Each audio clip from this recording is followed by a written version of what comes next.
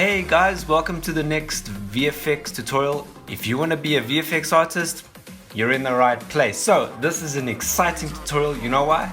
Because I learned a really cool app called Substance. As I promised last week, I said that I was going to learn Substance, and this is it. But do me a favor, like this video before we continue, and also subscribe if you haven't subscribed to support what we're doing. Right, let's jump straight in. So I spoke about Substance, a app that we were going to learn, and this app is from Adobe.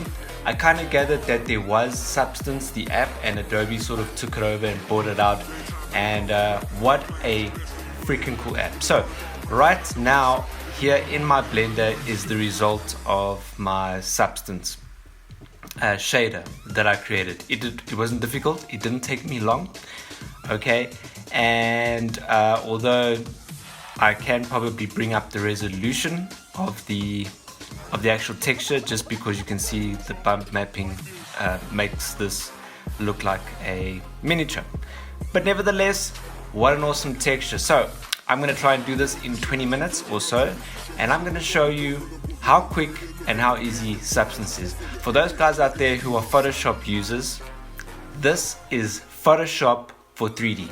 It's beautiful. I loved it. I loved it a lot. Right? So the first thing that I needed to do was I had to prep my model for Substance. Now it wasn't too difficult. I literally just needed to UV unwrap it. I'm not going to show you how to UV unwrap. In fact, I have done a tutorial on that before, so go have a look on that. So there it was. I UV unwrapped it, and then simply what you need to do is File, Export, and you say export to FBX. I didn't change anything, any of the extra settings on the side. I literally just named it. Right there you can say shipping, there you can see I said shipping container to Substance FBX, and I hit the export button. Right, let's dive into Substance. Now in Substance, so you can see that this is what Substance looks like. They even give you some tutorial online documentary. This is a 30-day trial which they give you. Thanks to Adobe. Thank you, Adobe, for the 30-day trial. And you can see already they've given you a lot of materials here. Very cool, lovely materials, love them all. So I've now got to pull in my my container into Substance. No problem. File, new, and okay, there are templates, but I'm going to select a file, and that will take me to my shipping container. I'm going to open that up. Alright, there's my document resolution. Like I said, I could have brought it up. In fact, let's have a look. Let's bring it up to 4K. Let's see what that does. Normal map, open GL. Alright, your computer might show different. Other than that, doesn't change anything. Click OK, wait, and boom, there it is. So you'll see on my left side, on the left side here is the container, on the right side is all the textures, right? And it's the normal, you can drag, all right, drag this over so I can have a look. Now you remember the Maya tutorial that we did last week? Okay, you're going to use similar keys. So I'm going to hold down Alt and I'm going to drag to move my container around. If you lose your placement, just press F and that puts focus on it again. I don't have a middle mouse button, as I said, but I'm sure if I held in the button and dragged around, I would probably be able to pan and tilt. So there you go. On this side is your layers. Doesn't this look like Photoshop? In fact, if I close up this whole part over here, you can see this is very familiar to Photoshop. Here's the properties. By the way, I haven't used Photoshop for like a long time. In fact, I started off on Photoshop, and then I actually did After Effects. That's Adobe software. So that's why I say this is Photoshop for 3D. All right, when it comes to textures. You know, a project that I was actually busy with when I was trying to really get sort of materials sort of mastered. This screwdriver that I modeled here, and as well as I applied textures to it. I applied textures to every single item, and you'll see if I click on here, you can see the heaps and heaps of nodes, the node network and structures that I placed here, just to sort of get a bit of bump mapping on here, get the dirt and scratches and the variance in the textures. And not only that, but like, for example, to apply a bit of rust between, you know, the screwdriver, you know, between this driver head here, get a bit of the bumps and stuff like that. It took me quite long, and it sort of made me think, because for me to get that rust in those right places, and you know, obviously you do need to UV unwrap these, but one of the nodes that you use to sort of help you along with getting the rust between those edges is a lot of like your geometry nodes, where you're able to place specific textures.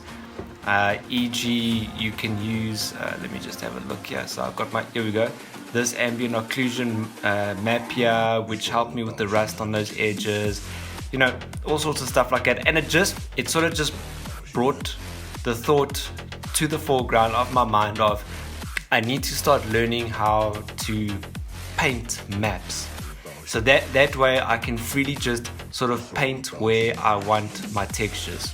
Anyway, nevertheless, I bumped into Substance and I was like, this is better than painting. But that is something that you can do on here. So you're actually able to create different layers, and on those layers you even got, I mean, look at this. There's all your different modes that you can use with your layer, your opacity. You can create masks. My guys, this is beautiful. This is heaven. This app, like I said, is not free. I'm on a 30-day trial. I'm gonna cry when I'm finished with this tutorial. I'm definitely going to be playing around with this app.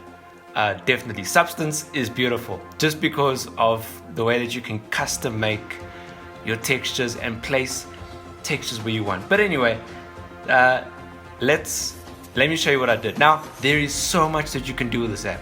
I'm not going to be able to show you everything. Okay, I'm going to just show you what I did with my container, and I think that you're going to get the idea. So first of all, I'm going to look for my texture. So I thought, okay, shipping container, pretty awesome, pretty cool. Let's look. The first thing I would think, because no shipping container is fully painted 100% without any rust. So I thought, let me see what rust. So of course, over here in my assets browser, I can just type. I can also sort, and also this thing over here is beautiful. So I found rust fine, pretty cool, and I found, you know, all sorts of other rust, including this large rust leaks. But anyway, I'm going to delete this layer, and that's because, so the first thing I think I'm going to do is I'm going to apply a metal texture, and I found this cool steel painted. So all I have to do is pull it and drag it into the layer, and it's going to apply it to the entire container. There you go. I apply the paint. All right, I can scale it down. Now if you look here, I'm sitting with the UV unwrapped map, and I'm sitting on this side with the 3D view. So very quickly, if I hold down Shift and my right mouse button, I can change the light direction as I want. So depending on where I'm working, or if I want to see it under whatever lighting condition, you can see it does it on the UV on the mapping and the 3D object. Wonderful. Not only that, but also I can, so over here under my properties, I can scale the map. So I'm able to scale the map here. All right, so let's say I go down to as small as possible, just because remember what I showed you in the other mapping is that I felt like my texture was probably a bit too big, and that's probably what was making my container look like a miniature. Okay, no, that's cool. I think this time, because I made the map bigger, you can see that I'm super happy with that. Pretty cool. So now the next question is, let's say I want to apply some rust, a different material to certain parts, right? Now you can paint it, you can apply it, but anyway, let me show you. I'm going to create a white mask. Now if you remember, we've learned this. White means 1, represents 1, and 0 represents black. White in a mask is where that layer will affect that area, and black means it won't affect that area. Right, so I want this texture only in certain areas, so I've applied a white mask specifically. I can change it, all right? And then over here, my tools, right here on my left-hand side, I get this, I believe it's called Polygon Fill. And the minute I click that, it changes the view of my model in all the different faces. So guess what you can do, all right? Okay, for example, I don't want this painted area, let's say,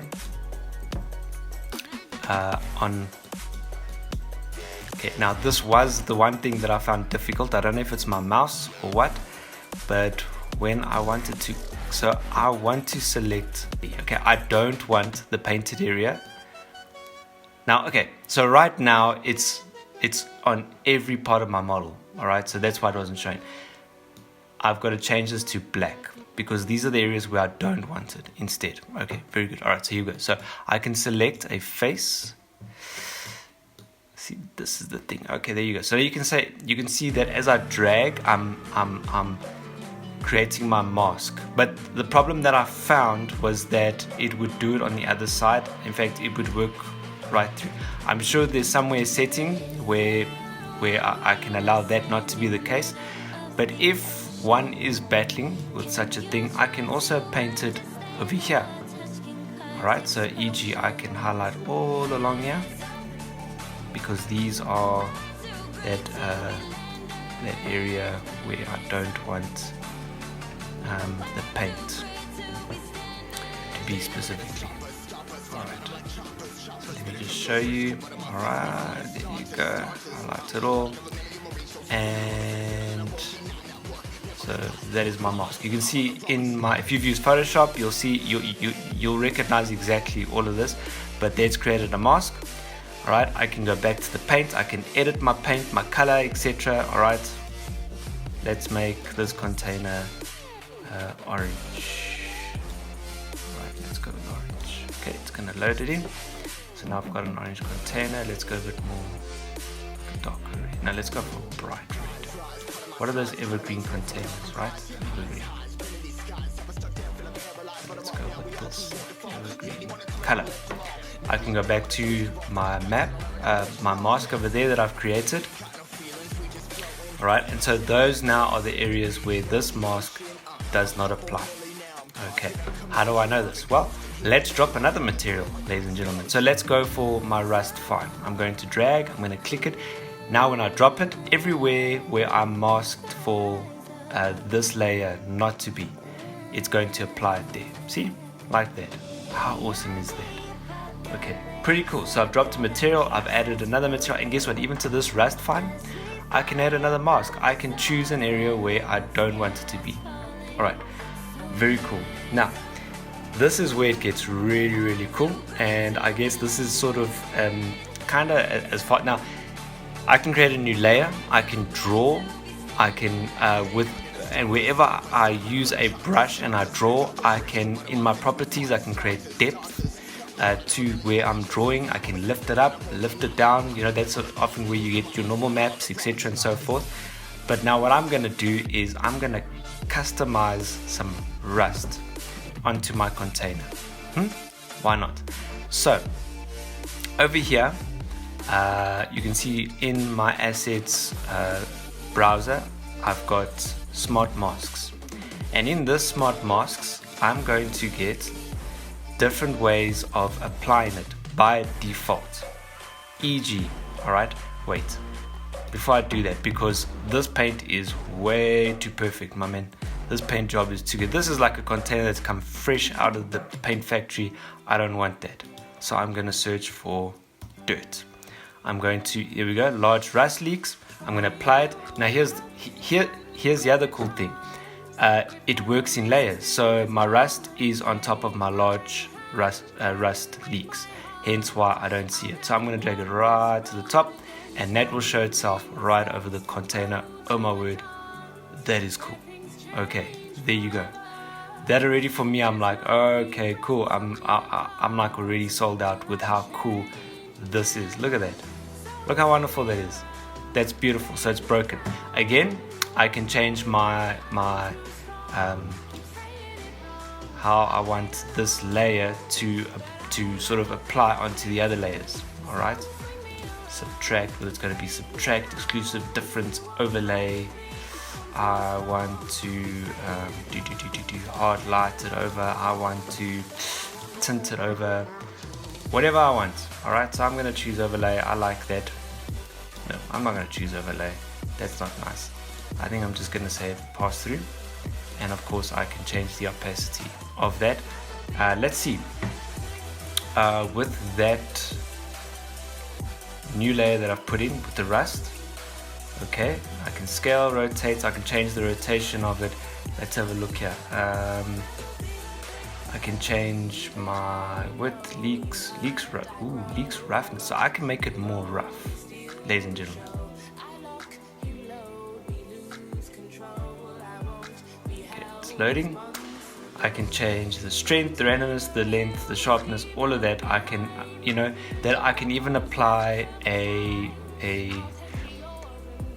I believe it was called like a levels onto a specific mask or layer, and I can paint darker streaks across certain parts. Right, now let me show you another thing that I did, because let's say I don't want this rust to be full on like this. I mean, this is cool, this makes sense.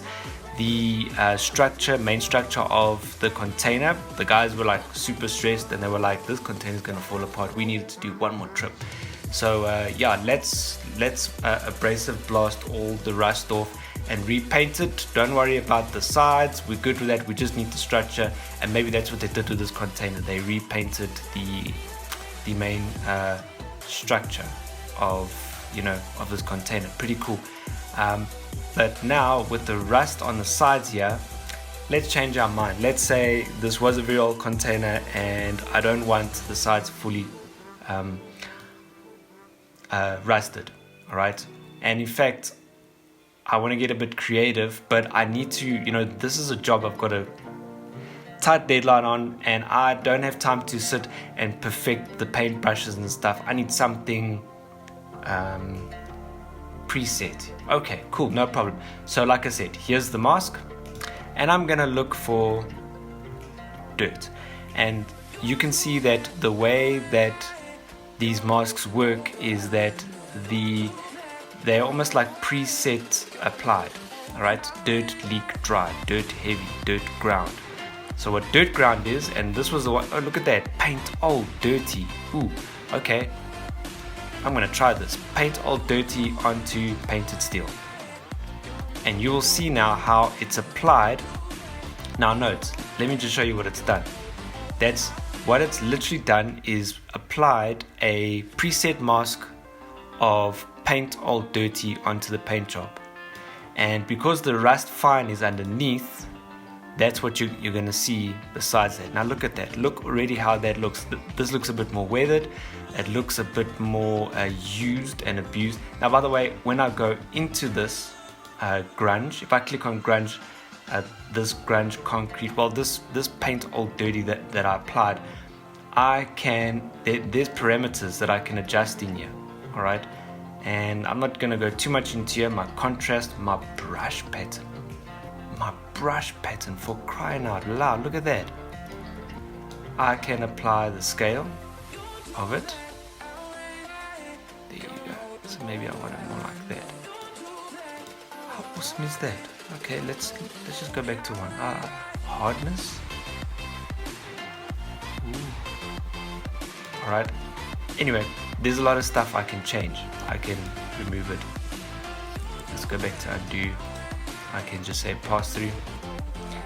Maybe I can lighten it up a bit. I think it's a bit too heavy. Let's make it normal, and there you go. So now I've got that weathered off look, but that's not quite what I'm looking for. Okay, I'm going to keep the rust leaks on top. I think I'll make it a bit heavy. I like it like that. Anyway, okay, let's try dirty edge cracks. Nope. Paint all dirty. I think we tried that one already here. Let's try this dirt ground. I tell you what, do it all ground on this one. You can see where it actually applies it. Let's see if I can actually go.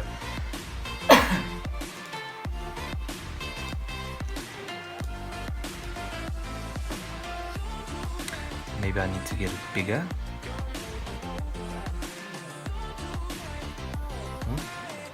There you go. Maybe I need to rotate it. Can you see how I'm rotating the layers? And maybe I need to look at that. Oh, there you go. Maybe I just need to get it in the right position. There you go. Okay, so let's demonstrate that again. So now what I'm doing,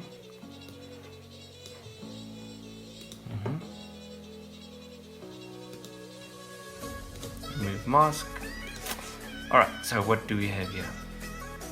I'm going to give this guy, then along with that mask I'm going to give it dirt ground.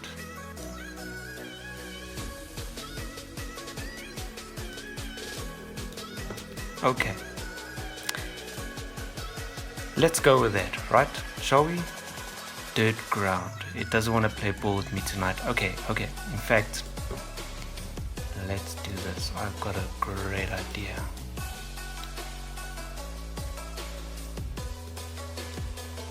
So we've got large rust leaks on top. We've got, let me turn it like this. I've got this rust layer over here, but the rust fine with the ground dirt smart mask applied to it, right? And this over here was just my backup, and I've got the steel painted right underneath. So there you go. That is my layer.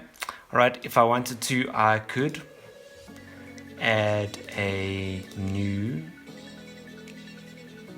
paint layer, add fill, add levels. See, I can add levels, I can add a generator, I can add a filter. Man, there is so much more that I can add to this. But anyway, let's already look at our container. And so I've got the painted that metal painted layer right at the bottom with some rust, and you can see how quickly, just by me dropping layers onto my container, how I've made it look awesome. Now, to do this with a whole lot of nodes, maybe there's a quicker way that you can do it, but for me this was awesome, and I can get so much more creative. Like I said, I'm just right now I'm dropping and doing stuff quickly. Right, so how now do I get this back into Blender? Because you can see, I mean it looks cool, but we want that good old Blender render. Right, so file, export texture, because what we're going to do is we're going to be exporting that map. All right, first thing you do, let's select where we're going to place it. All right, I'm going to go into my folders, Blender tutorials, there's my Substance try, there's my first texture I did. I'm going to call this now texture 2. There it is, selected, output template. The beautiful thing is that we've got some default templates here. So the tutorial that I watched, look at that, V-Ray, RenderMan. But anyway, I'm going to use PBR, which is photo based rendering metal roughness. Okay, type. Okay, don't worry about that. Here we go. Here's my size again, 4K, and then now this over here, my padding. I'm going to use dilation and diffusion, and I believe that this has got to do with what it does in the spaces between the textures and that, and I believe that that is the correct texture. Anyway, that's the one that I used. Okay, and then I can go into my export templates. Now over here there's some changing that I've got to get done over here, and it looks like it has. Okay, so we're getting out of this PBR that we've created, we are getting our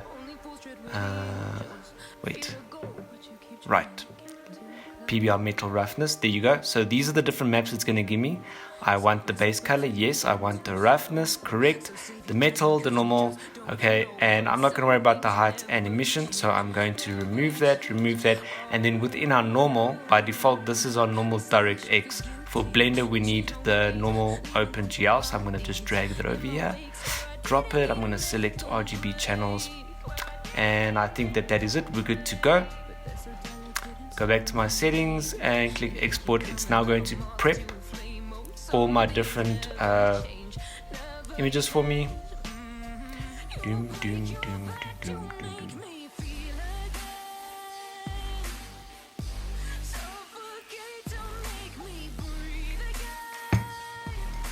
Four textures selected for export, and there it is.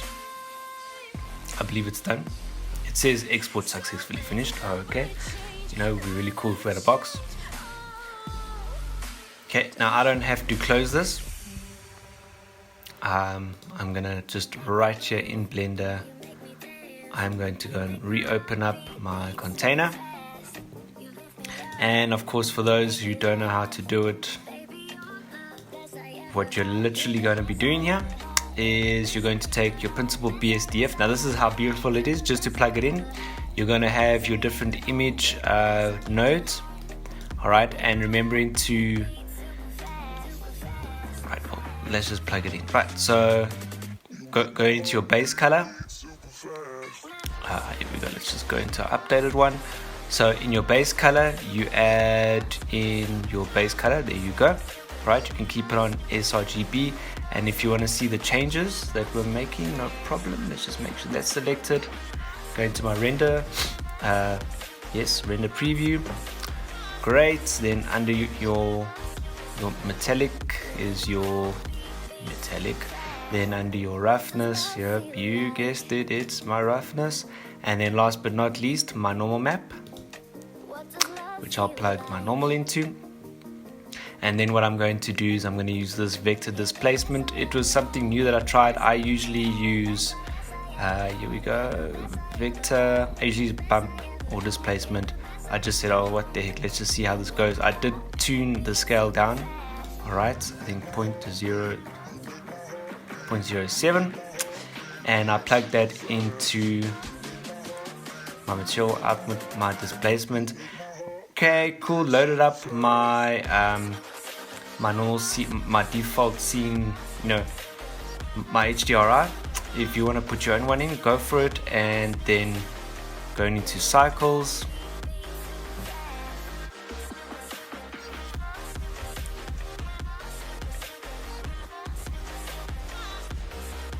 And there's my container.